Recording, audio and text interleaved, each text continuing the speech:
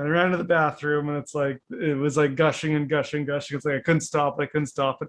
Uh, um, it was coming so bad and so strong. Blood started coming out of my eye.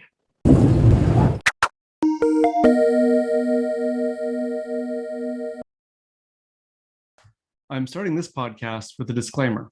In this episode of the Phat Games podcast, Gary and I talk about COVID-19 and other health issues. Gary and I are not healthcare professionals or medical researchers.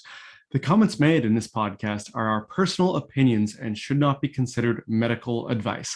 Please consult a medical professional if you have any questions about COVID-19, the vaccines, or any other health issue. I hope you enjoy this episode. Hello, welcome to the Phat Games podcast. I am your host, Gary. And I'm Blair. And on today's episode, we're actually going to talk about why we were not at Play NYC. We're also going to reminisce about how the podcast has been going so far. And we were going to talk a little bit about the progress on our game, Kids of Karendow. It sounds wonderful, right, Gary? Oh, that sounds just absolutely crazy. Let's just edit that part out. I don't know what I was talking there. All right, so let's talk about Play NYC. What is Play NYC for our viewers that don't know what that is? So Play NYC is a relatively new indie game and AAA game expo that happens usually every summer here in New York City. It started back in, I want to say 2017. We were at the first ones with Burgle's Bounty, and then we actually haven't been back ever since. We were supposed to be back last weekend. So when this episode actually airs, it is the first weekend of August. So whenever that is, but we did not make it. And why that did not happen? Well, I had some wonderful medical issues which prevented me from taking Kids of Karendow there. Do you get herpes? No, Gary, you have herpes. Yeah. Now it's a new running joke now. The herpes joke isn't going anywhere. Going away. Your herpes joke isn't going away. So what happened was, I haven't actually mentioned on the podcast before, but excuse me, about 7 weeks ago now, I had this procedure done called balloon sinuplasty. And what that is a procedure where an ENT will basically shove a balloon up into the opening of your sinuses, up your nose, and inflate the balloon to expand the opening of your sinuses so they drain better. So people who have bad sinus conditions where they have sinus infections or have a lot of sinus pain, this is a procedure that can alleviate that. And I will say that the procedure works. I can breathe much better. I would certainly suggest that anyone who has these issues, if it's available to them, to get this procedure. However, not everyone who undergoes a procedure, it will be free of complications. And unfortunately, I had a bit of a complication. So about a week leading up to Play NYC, I started getting these nosebleeds, and they were really bad nosebleeds. Like, they were the kind of gushing kind that are like gushing out of your nose. And you're like, what the fuck is going on? And then on Tuesday of the week leading up to Play NYC, it was 2 a.m. I woke up in the morning, woke up at 2 a.m. and with my nose had started bleeding, and I was like, oh God, not again. And I ran to the bathroom, and it was like gushing and gushing, gushing. It's like I couldn't stop it. It was coming so bad and so strong. Blood started coming out of my eye.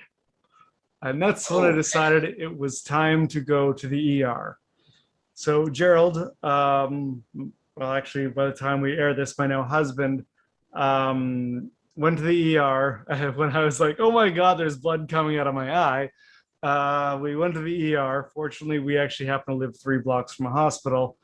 And because we told them I had the sinus procedure done recently, the most that they did was help me just stop the bleeding. So, they plugged your nose, and it basically took 3 hours for the bleeding to finally stop. And so we were in the ER for maybe 5 or 6 hours. Then we came home, and I'd contacted my doctor while I was in the ER, and he was out of town, so he referred me to one of his colleagues who could hopefully help me. So I ended up getting an appointment with him in that afternoon, and they cauterized the inside of my nose to hopefully Oh, stop the bleeding. So I had every intent still on trying to make it to Play NYC after all of that. So Gumbo, and for our regular listeners, everyone here knows that Gumbo is sort of this cooperative group of indie game developers here in New York, was hosting a sort of like a prep session for Play NYC in the evening on Wednesday.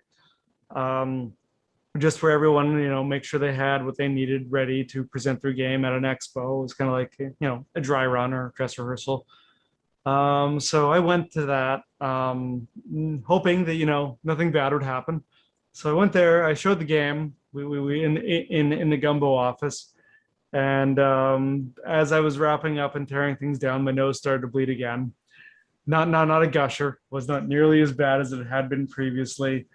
So I decided, like, you know what, I'm not going to risk this. I just need to rest, let my body heal, let everything happen, whatever caused the bleeding, let it heal again, and take a break from this and not do a lot of physical and strenuous activity. And expos can be fairly stressful and strenuous as you're setting up and taking down. You're talking to people all day and moving around potentially a lot.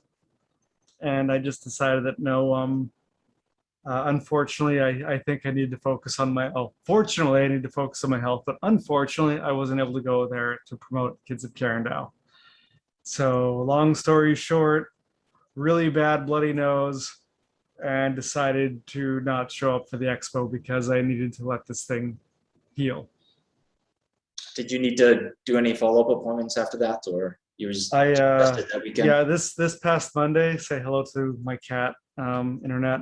It's this past Monday rather, I had a follow up, and I,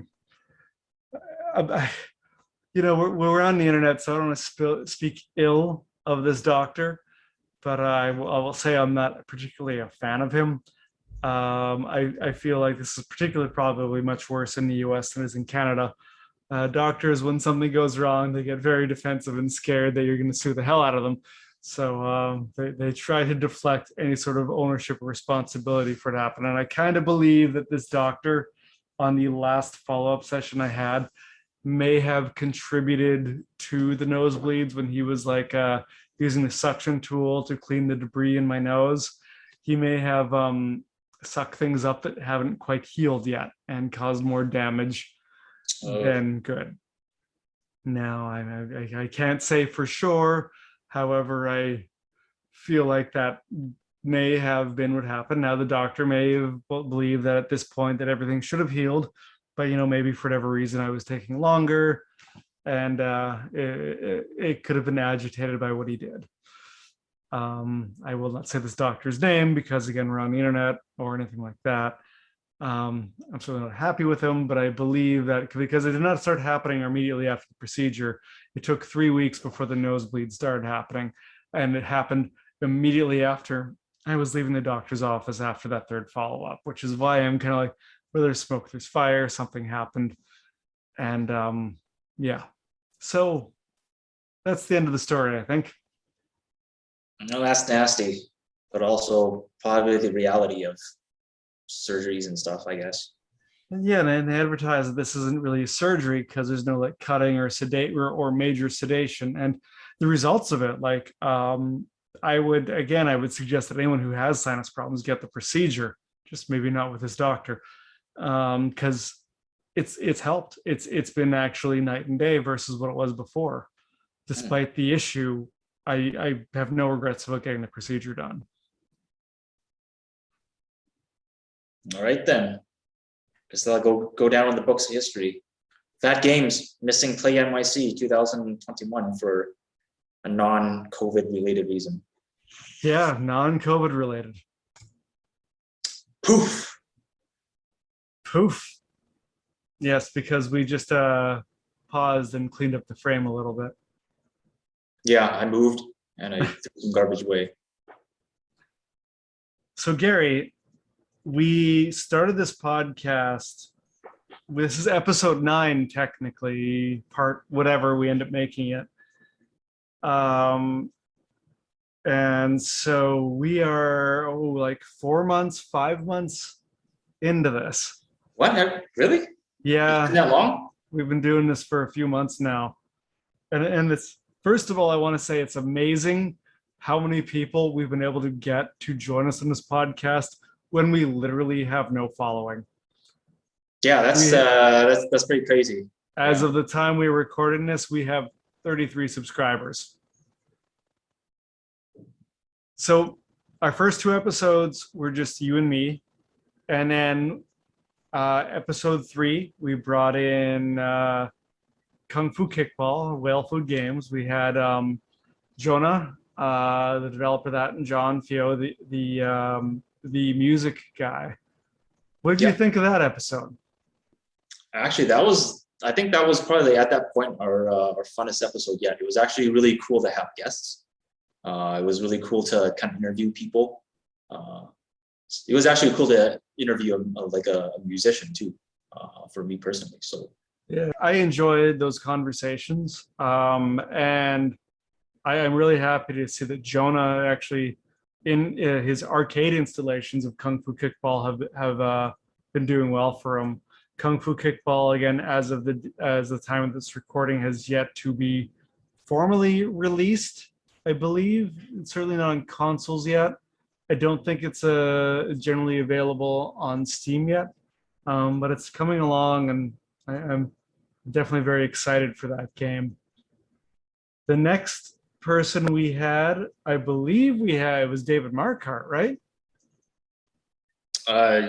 You might be asking the wrong guy here. I mean, there's a lot of people, a lot of names. Sweden guy. Oh yeah, that's right. Yeah, that guy. That was awesome. So yeah, David Marquardt is currently, I'm not sure if we can say it, but he is working on a rogue light kind of shooter title. I believe, what was it? From Diamond to Dust, was that the name of it? I don't know if it's an official title. I don't think that was it. I can't remember.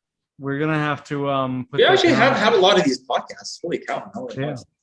We're gonna have to put the name of his game down in the podcast, or sorry, down in the description after when we publish this. But I'm definitely very excited for that game because I believe he's releasing that on the Switch, and it's just kind of right up my alley. He's done a few that I really enjoy, and is arguably between him and Computer Lunch, he is probably the second most successful. And I'm just so happy for him, and I love what he does because he's got such a great artistic sense, and his games are mostly mobile games so far, but they're always very creative, and generally I've really enjoyed them. And after that, we had a different David. We had David Calabrese, aka Red Vonix. Yes, I remember Red Vonix at GX4. Yes, and you had to bow out of that episode because it was when you first got the herps. Shingles, you mean? The shingles. So let's talk about that. So you got shingles, how long ago was it now? I am going to say that it was about roughly a month after I got the first vaccine. Okay. And I'm going to frame it like that because it was probably from that. So we need to be careful on this because people on YouTube actually get censored for talking about things around the vaccine. So I don't want to get too deep into this, but I know there has been some information that says that there's some correlation between dormant virus outbreaks after getting the vaccine. The COVID vaccine isn't the only vaccine that that can potentially cause this. And again, I'm not saying the COVID It is vaccine. almost 100% speculation. So It that's is my 100% speculation. However, I have heard that there is correlation between this. Correlation does not imply causation. We are not saying anything bad about the COVID vaccine. Everyone who wants to get the COVID vaccine should get it. So it was about a month after the COVID vaccine, after your first dose, correct? yeah. So what was it like? Now it did cause some neurological symptoms. You had pain and numbness and Yeah, tingling. pain, numbness. Like it still feels like I have a spider web on my face right now. Really? Yeah. How long has it been now? It's not horrible. Like it gets maybe better every few days. It's mostly subsided, but you can still kind of tell like something's up. But the facial scarring is actually fading even in the last few weeks that we've been doing the podcast. Yeah. I think all the scabs that it didn't pick are fading really well. So the one immediately above your nose, that was what I was playing with a lot. Yeah. All right. Well, hopefully over more time that one fades. Yeah, picking that one was fun. I'm sure like really it fun. was. I figured, might as well have some fun. Just pick these damn scabs. So what we've learned from Gary is that having the chicken pox as a kid fucking sucks because it can lead to shingles later. So I'm very glad that now they vaccinate children for the chicken pox to prevent the shingles. Because as an adult, the shingles fucking sucks. And yeah, now I'm being told by some people that I might develop MS within the year. So, more on that later. Okay. I did not know that was a thing that's associated with shingles. No, I don't know. This is, take it with a grain of salt, right? These are like, like Facebook news things, right? So, right. So this podcast is going to get canceled, probably off the YouTube for sure, because we're making up medical information now. But that's fine. No, we didn't. We're allowed to talk about it. Well, I don't know. I listen to podcasts of people who get them pulled off YouTube for talking about COVID and the vaccine stuff. So I don't really know what to expect anymore. But I feel like we need to be careful on what we say with respect to. You know what? Stuff. We can always edit stuff out after if we find. We can, but I think it's fun to talk about this stuff too, just at a certain degree. And we are definitely already in this podcast. We've talked about like balloon sinuplasty, so we're going into medical territory here. Anyway, well, I certainly hope you don't get MS, and I certainly. You know what? I it's a higher chance. I don't think I think I took the medication I needed to take early enough that it didn't, that didn't affect me a whole lot, because I probably could have lost my vision and hearing if I just kind of let it fester. Right? Wow, that's horrifying. Yeah. Okay. So going back to Red Vonix, which was the episode we did after David Marquardt. So Red Vonix has been an indie game developer for a number of years and has worked in some interesting areas, including porn games. And by the way, when I tagged porn games in that podcast, it was the second most watched podcast we had since our very first one. So Done. I think there might have been something to that, yeah. But he's currently working on this game called Gloam, which is this kind of adventure match 3 game, which it's not quite ready yet, but it's pretty exciting because it's a match 3 game with boss fights. I'm pretty excited for it. I think it'll be interesting.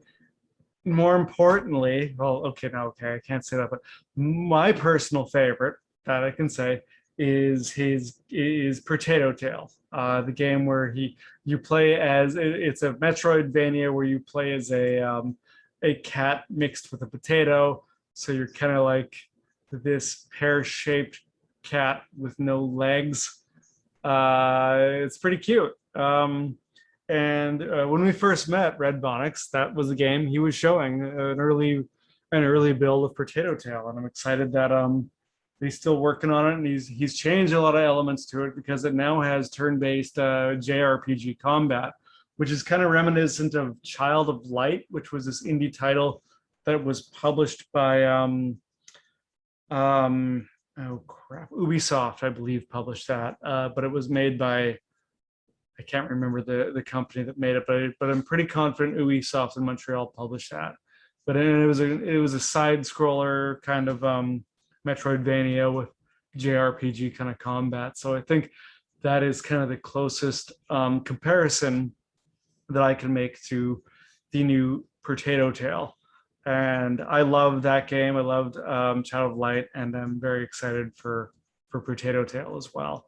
Hopefully it comes out before we finish Kids of Karendow, because I made a bet with him on the podcast.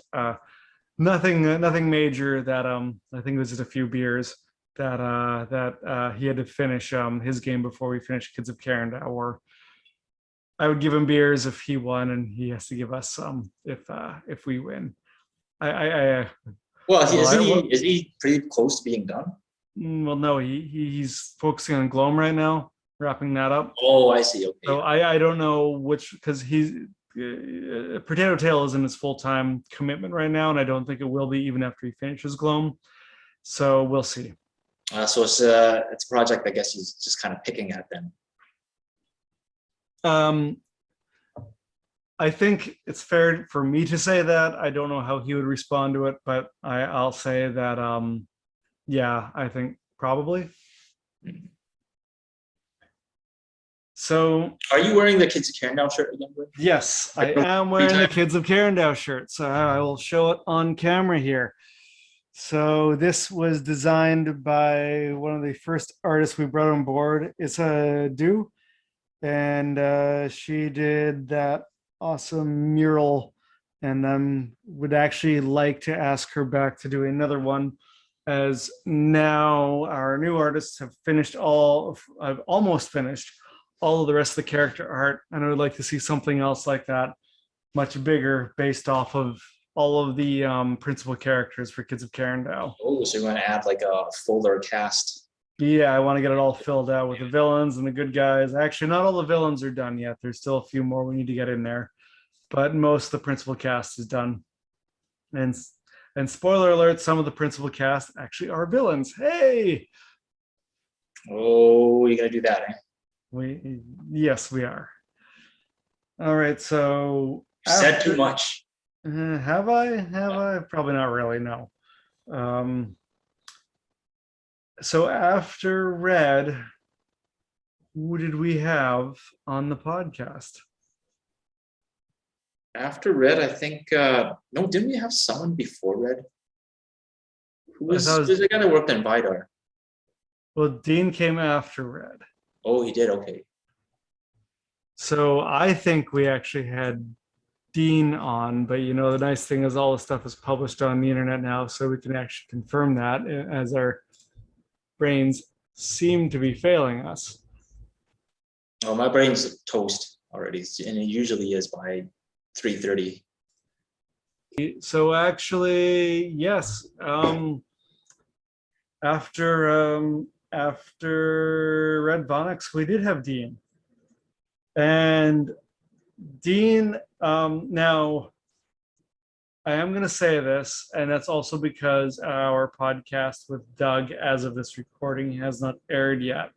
We've had two people on the podcast who are not from the US, who live in Sweden and Canada.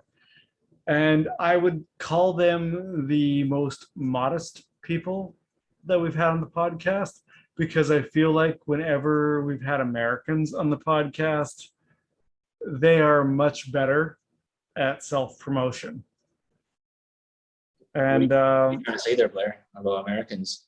I'm saying that Americans are better at talking about themselves. Okay, that's fair. And, I think that's a positive. It's a positive spin. Well, look at all American media. It's a lot of people who are very good at being focused on themselves, not focused on themselves. No, that's not like me judging them or anything. It's a cultural difference. It's a part of American culture that a strong focus on promoting oneself. it doesn't mean you're self-absorbed or narcissistic or anything, but it's a it's it's a culture focused on making sure you know how to promote your strengths. And I feel like even from growing up in Canada and even being in the US for this long, I feel like I am far more modest than a lot of my Native American born counterparts. Yeah, I would imagine there's an element where that well, it's probably natural just because there's a lot more people there, and it's probably naturally more competitive. So I don't think you can get away. You can afford to be as modest as buddies up north. That is probably another part of it. Yeah. So after Red, we did have Dean, and Dean, I think it's fair to say, is very good at self promotion. So Dean is a former attorney turned indie game developer turned indie game producer. He worked and created Vidar, or Vidar, however you want to pronounce it, which, as he promotes, is a game where everyone dies. It is a puzzle-based JRPG. No combat. Very strong on the narrative front. I really enjoyed this game. Unfortunately, I have a Mac, and the game wasn't well supported on Mac, so I was never actually able to play through it all the way. But what I was able to play through, I thoroughly enjoyed, and the story was very engaging, and it was also randomly generated. So based on who died at any given night, the story would change based on those circumstances. And that was that. I still think to this day, that game was really good, and I would love to see Dean go back and revisit that. He's jokingly said that he wants the Kids of Karendow engine to do a revisioning of Vidar. And then he worked on this title called Waste Knots, which he in the podcast said that failed to get sort of funding and sort of publisher interest because it, using his words, Gary, and you were on that podcast, it was boring. That's what he said. Which is, for any kind of indie game developer to have that kind of feedback and not feel like you can fix it and make it better, that's it's kind of devastating. I know, like I always wonder what other people think about our game. You know, like I'll show it to friends, they like it. Some of them, I can tell they genuinely like it, but you know, I don't know what everybody else thinks. You know, especially the ones that set the controller down after, you know, a few minutes. Those ones don't enjoy it. The game is not for them when they set the control down. Yeah. If they play all the way through it, they're hooked. Yeah, I think that's the indicator, is if they want to play all the way through the demo. And that is kind of a disadvantage of us not being able to be at Play NYC. I was not able to observe the way players interacted with the game, because that gives you so much good information on what works and what doesn't. However, we are going to be at one of the greatest expos for that, and I think in human history, MegFest, in January.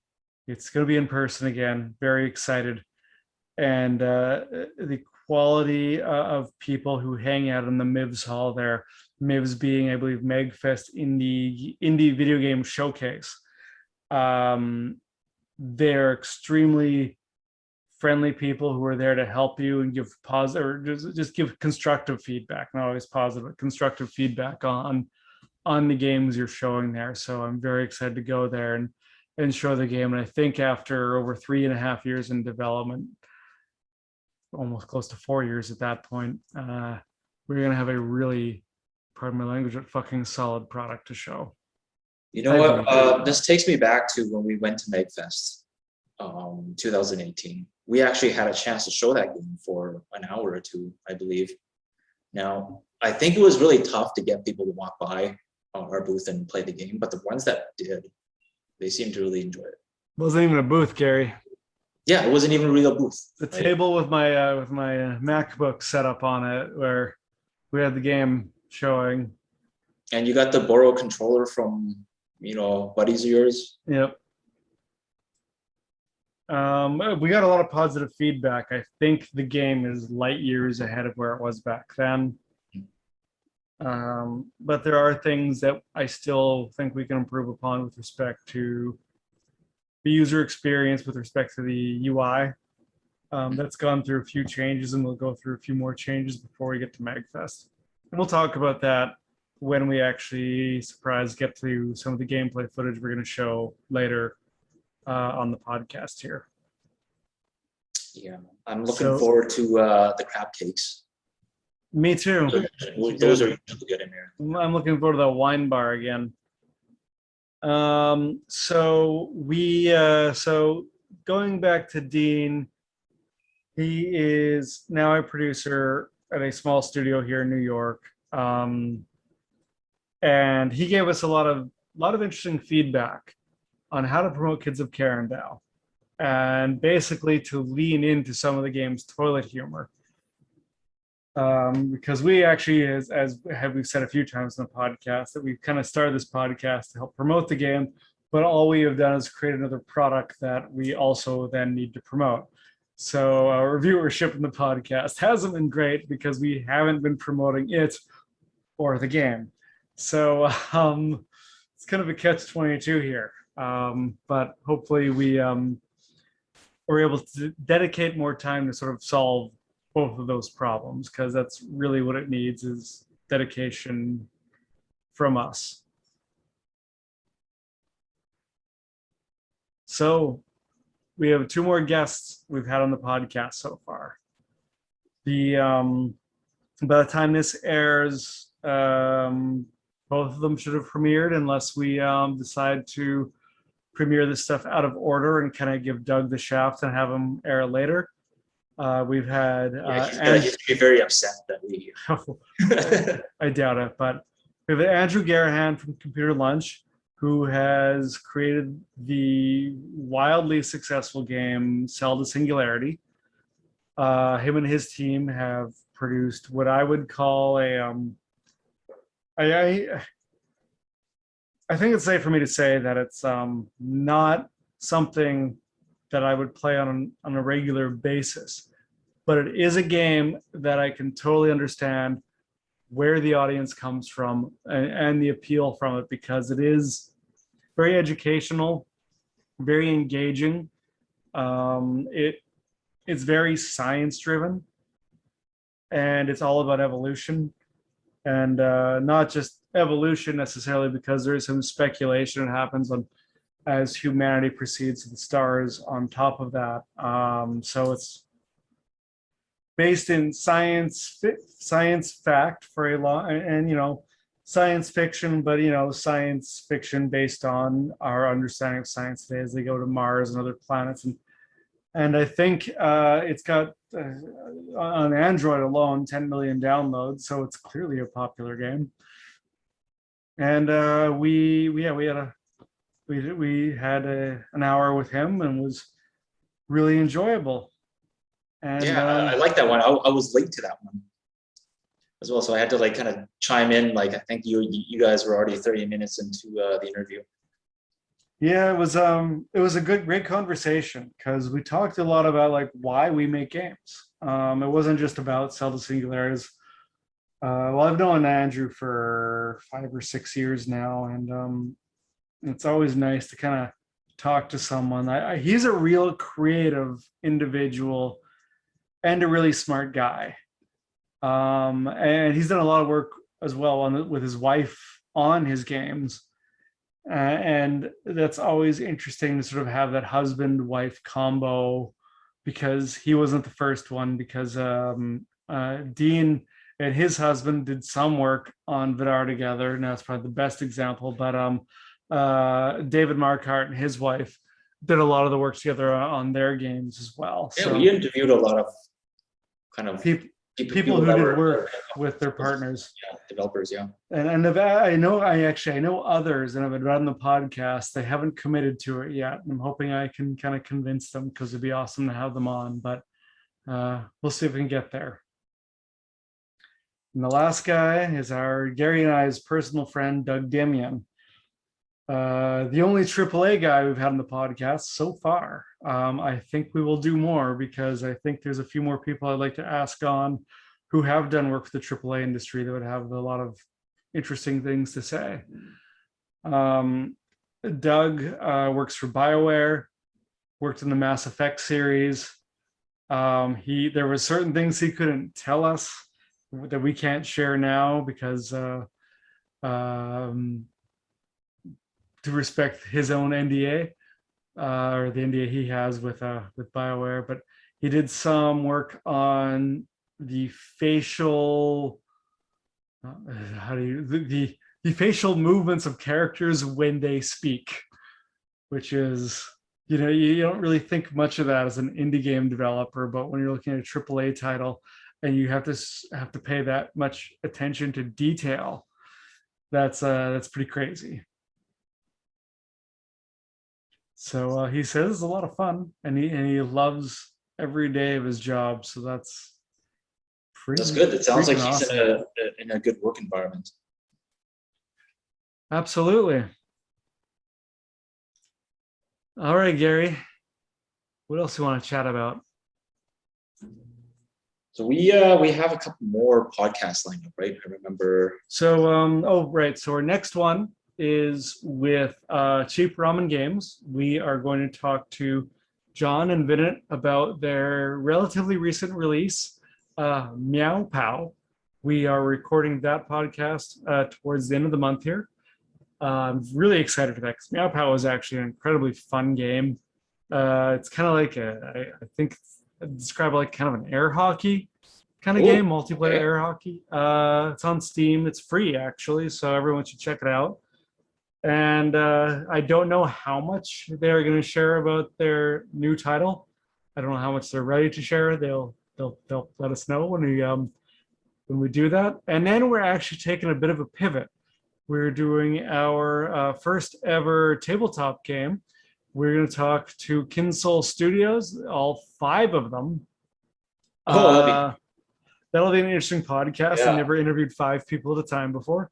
And we're going to talk about they've got Alchemia and Steep Sears, and I'm not sure if they're working on another one now, but that's something we'll talk about. And they've been doing this tabletop stuff for, oh god, I met them back in 2015, so it's been over 6 years. Have you played any of those games? Yes, I own them both. I supported both their Kickstarters. Oh, right on. So it'll be pretty exciting to have them on too. It'll be a lively chat. I guarantee you that. Oh yeah, 5 people. It's going to be rowdy in there. Definitely. What are your thoughts on tabletop, Blair? Have you ever considered doing a tabletop game? In my younger years, yes. Now I feel like the electronic route is easier in some respects. There's no physical medium you need to worry about printing, selling, distributing. The distribution just becomes a whole other level. Yeah, logistics is hard. Oh yeah, definitely. Thanks for listening. If you enjoy our content, please consider liking and subscribing. Now coming up, we have the credits music from Burgle's Bounty.